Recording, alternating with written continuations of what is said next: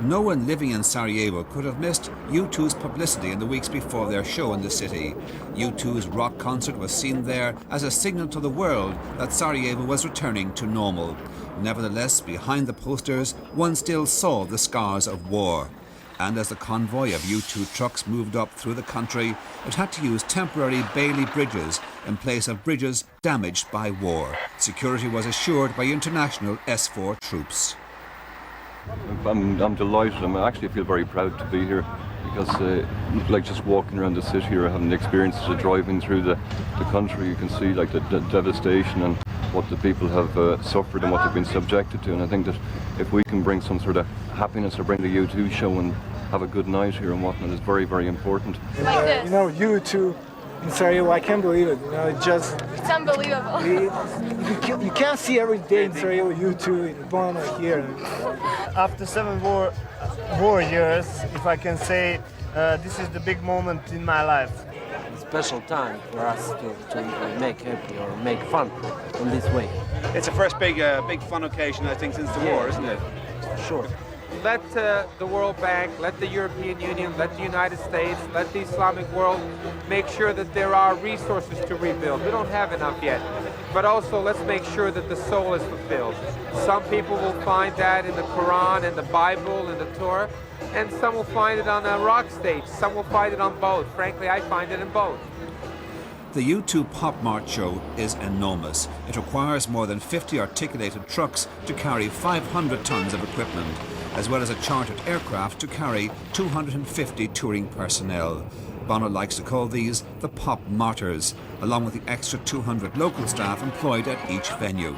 The high-tech stage takes 3 days to build, and there are 3 such sets under construction or travelling to new locations at any one time. The show uses stunning technology, including the world's largest video screen. It was a remarkable achievement to bring such a show to post-war Bosnia. So the group came to me and said, can you make a concert in Sarajevo happen? And I thought, how the hell do I do this? So what I did was phone my guy in Austria and said, you know that country down the road? Go down there and set it up. And he did. I can't believe it. The Sarajevo show was the 65th or so in a 100-show tour. The ticket price at 20 Deutschmarks, about £7, was set especially low because of high local unemployment.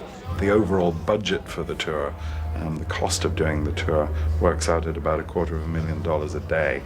That's what it costs to run this operation, and that's not really affected by whether we perform or not. That figure is there every day. So we obviously have to perform sufficiently often to recoup that budget and indeed make a profit.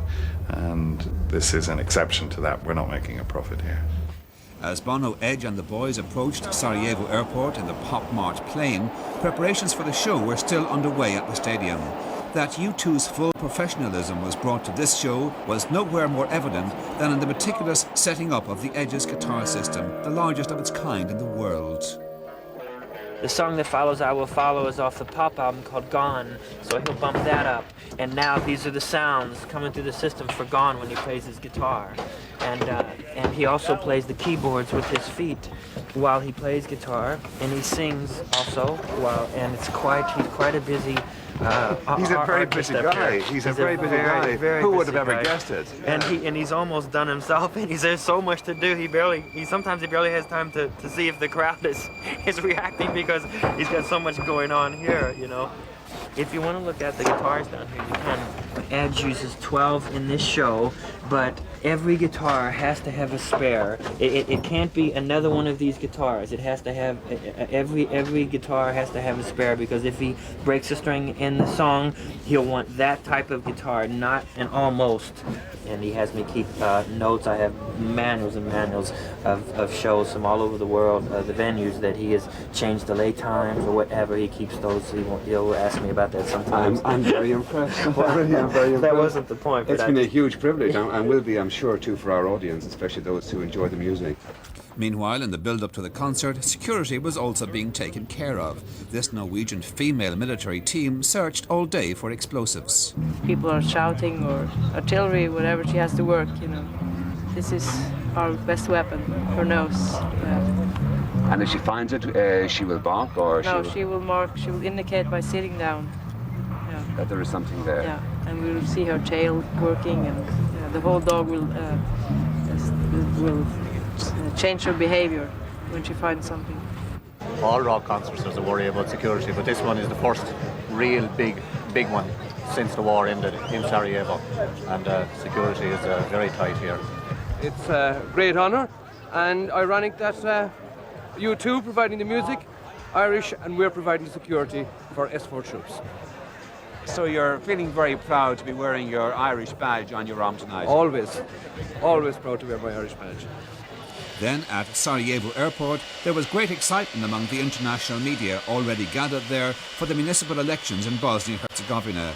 And there was a real media scrum as Bono, Edge, Adam and Larry walked the tarmac. I like to think that the message is that music is beyond politics. You know, the fact that we can come and put on not just a concert, but the same concert that we put on in Paris, New York and London, I think is maybe a symbol for the people of Sarajevo that things are getting back to normal. We've been working on this for 4 years, since 1993, when we were on the Zoo TV tour and a small camera crew from Sarajevo television smuggled their way out of the city during the war through the tunnel and out through Split and across to Italy where we were playing, and asked us, whilst they were interviewing us, why we wouldn't play Sarajevo. So I couldn't come up with a good reason why not. The importance of the U2 concert to the Bosnian government was clearly evident when President Alija Izetbegović personally received the group. Bono presented him with a first edition of a volume of Yeats' poetry. And the singer had a musician's perspective on Yeats when he described him to the president as one of our best lyricists. And on leaving the president along with Miss Sarajevo and The Edge, Bono rehearsed the song Miss Sarajevo, which he was to perform live in the tour for the first time that night. Oh yeah, to take a crown, is there a time for whatever? Is there a time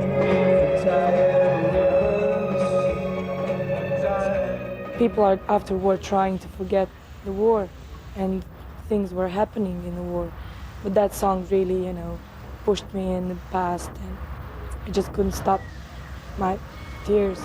And when the show got underway on the night of Tuesday, September 23rd, the audience from many parts of Bosnia, including all too few from the Republika Srpska, as well as fans from Slovenia and Croatia, were treated to the full magic, both visual and musical, of the U2 Popmart show.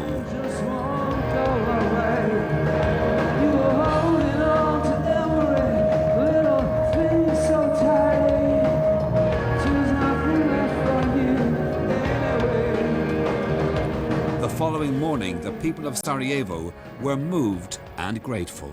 It was magnificent. It was more than we expect actually here. We knew that something will happen, something great, but I would like to thank Bono and to U2 crew, all of them, for such an excellent, beautiful gift to Sarajevo people. And I don't know, it was great. Thank you very much. Thank you all.